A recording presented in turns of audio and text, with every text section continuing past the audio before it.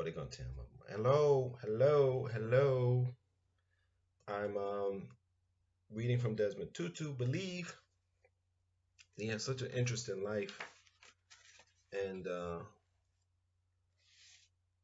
I'm probably not gonna get into reading into the book itself and some of the sayings, but his life is really fascinating. So let's continue. Then Tutu's life took another unexpected turn. He was elected Bishop of Lesotho. Suddenly, in the midst of ministering to the urgent needs of his homeland. He was being whisked away again, and while he had long wanted to be a bishop, the circumstances seemed inappropriate. However, as in all things, he put his heart into his congregation in the tiny mountain kingdom, even while he watched his beloved country becoming increasingly volatile. And then, in the roller coaster pattern of Tutu's life, 2 years later he again faced a career crisis when he was approached by the South African Council of Churches to become the General Secretary. The position was highly influential, and the 6 years that Tutu occupied it became known as the hottest ecclesiastical seat in the country. Although he was without a parish, Tutu felt compelled to speak out about the increasing polarization between the church and the state. While remaining ardently pacifist, he said he understood why young people resorted to arms. He argued for economic sanctions and boycotts against the country and South African businesses, and for the disinvestment of multinationals. He acknowledged that in the short term, this might lead to job losses and increases the suffering of black people, but it would hasten the end of apartheid. If these were the statements of a political priest, he remained, too, a pastor, concerned for the welfare of his people, and the places he hurried to were the sites of forced removals and the dumping grounds of the Bantustans. In the drive to create a white South Africa and a host of black puppet states, the apartheid government forcibly removed whole villages within white areas and resettled them in Bantustans, often on barren land. Tutu made a point of visiting these places and praying with the people. For years, the words of a hungry little girl he encountered on one of those dumping grounds haunted him and haunted his letters, begging compassion from the new Prime Minister and latter day State President, P.W. Botha.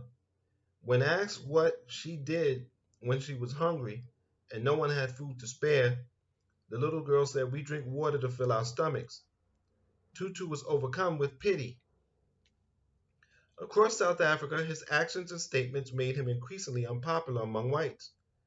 Right-wing Anglicans called on church leaders to censor him.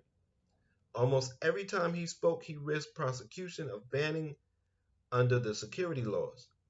Inevitably, he was arrested during a highly public march in support of a colleague detained by the police. The march was brought to a halt outside the offices of the Star newspaper by a squad of heavily armed riot police wearing camouflage uniforms. The entire leadership was arrested and locked up in cells at the notorious John Vorster Square police station. Uncowed, Tutu led his colleagues in prayer and the singing of hymns. The following day, all were fined under the Riotous Assemblies Act and released. Throughout the 1980s, Tutu became a major figure in the struggle against apartheid. He visited political detainees and their families. He officiated at funerals, he led marches, and he held prayer vigils. In the midst of escalating state and mob violence, he spoke out against the bloodlust, including the barbaric practice of necklacing. People accused of betrayal by setting them afire with gasoline-soaked tires around their necks. Being the voice of the voiceless was not a position Tutu relished or wanted. He was not a political priest, rather a priest driven to politics. But like a prophet, he wore the mantle and spoke his mind. For this, he aroused great hatred and anger which resulted in his receiving death threats, hate mail, and obscene telephone calls. That's just some of Tutu. You get this book. See how little this book is? Look how much is in it. So if you can't afford things, and I'm sure on the internet this is somewhere free, look for these things. Look for these books. This is why I want to bring you some of this material. Um, it can be beneficial, especially in this revolutionary moment. You need to know what's possible, what has been done, and what you can do. Because we have a lot of power in our hands as we sit here, as I'm demonstrating to you. I'm using platforms to educate when school systems are collapsing. Mine is expanding. My school system, my lessons. So, just to let you know that with your support, we can do better. That's all it is. I, I pass it around. You can cash at me. You can join my platform if you're watching this on Patreon. Great. Um, until next time, thank you for your support. Take care of your mind. Take care of your body.